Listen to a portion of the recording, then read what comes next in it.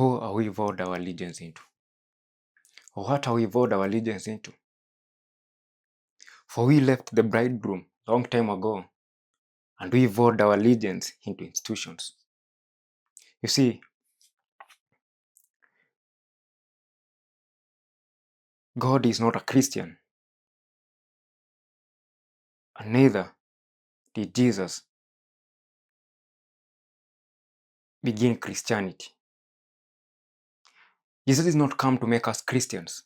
He came to make us sons of God. He came to create a relationship between us and the Father, but not vowing our allegiance into men. He came, he put the bride, the church, into union with the Father, not into an institution, not into a religion.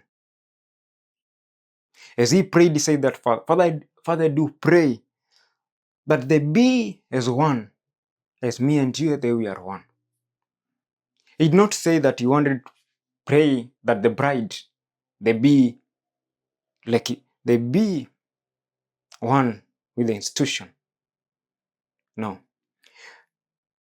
From the beginning, God said that, as he told the Israelites, I've called you to be my people and to obey me. I've called you to be my people. I've called you to be my bride. You see, we have one husband. He called us. Jesus created a union, a relationship between the bride, the church, with the Father. But along the way, the church got married into the institution in the time of Constantinople. When the Roman Empire took the bride and branded her Christian, but she was not a Christian. She was the bride, son of God, daughters of God, the bride. You see, the same relationship is the relationship that God had with the Israelites from the beginning. He told them, I removed you and I called you out of Egypt so that you be my people and to obey me. He did not give them laws, as even tells them in the prophets later, I did not tell your fathers to obey me, to be my people. He didn't give them, he did not call them to put into law. As Paul said that the law was as a tutor, was as a discipline, as it was a master to hold on to them because they could not hold on to God. But in the process, they denied relationship and they chose a medium before them with a union. They were afraid of relationship. And so God bared with them. He allowed them to worship in the temples while he created a temple where he wanted to dwell in.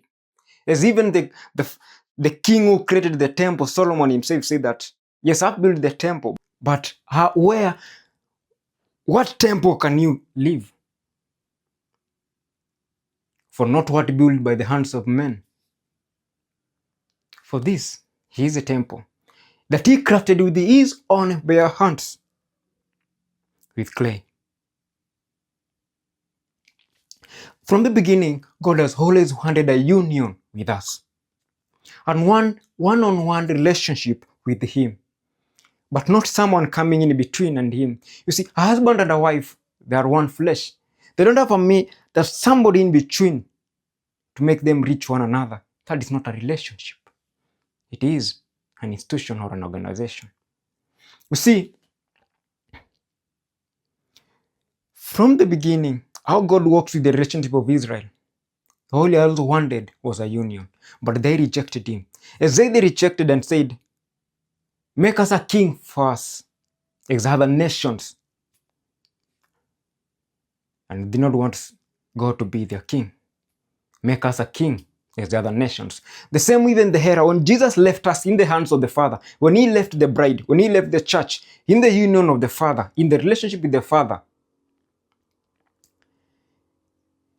along the way, the church, the bride, wanted to be like the others. And so they formed a religion and branded Christianity because it didn't need a name. But a bride did not have the name, for she is the son and daughter of the Father. But through the empire, the Roman Empire, the bride sold her birthright. And she sold herself into the world. And she married empire. And she came out of the union, out of the relationship with her husband. And the same cry Jesus is crying in Revelation into the churches. Come out of her. Come into a relationship. And he's saying, those who have ears, let them hear what the Spirit says. As God bared with the Israelites, until later he came and he could not bear them anymore. That he withdrew the systems, he withdrew the temples, the sacrifice, and everything. And he said, you'll have to meet me face to face. And that's when Jesus came. But along the way, we got tired. We wanted something we can touch, something we can vow allegiance to, something we can devote ourselves into. Not into a secret relationship behind the doors. But we wanted to be branded as the other words. As there's Buddhist, as there's other, they have their own gods. We wanted us to create our own institution, our own temples, and we branded it the church. Which even the word the same church does not, it does not the translation of ecclesia, of ecclesi. For ecclesias mean the assembly, the called one. Because the translation of ecclesia is assembly, not a church. You see, the bride has left the husband, and the husband is calling back the bride. So where have we vowed our allegiance into? We have vowed our allegiance to institutions, and we have branded our name Christians. Yet, he never branded us. Yes, himself, he called us bride. He called us sons of God. He came to make us sons of God, not Christians. Those are men that the Roman Empire made us Christians. So the bridegroom is calling her bride. And that's why he's saying, those who have ears, let them hear. And come to the bride. He's calling to the region. Because, yes, from the sentence, he has bared the institution. But now, he has walked. And no turning back. It's either you come or you vow to your allegiance. For the time is being tested to where you have vowed your allegiance into. Is it into institution or is it into the bridegroom? Is it into God or is it into men? If the way the disciples asked the Pharisees, ask yourself, are we supposed to obey men or are we supposed to obey God? Into more depth and to more insight, to understand the message, read this book, The Return to Eden. I will leave a link in the description for it.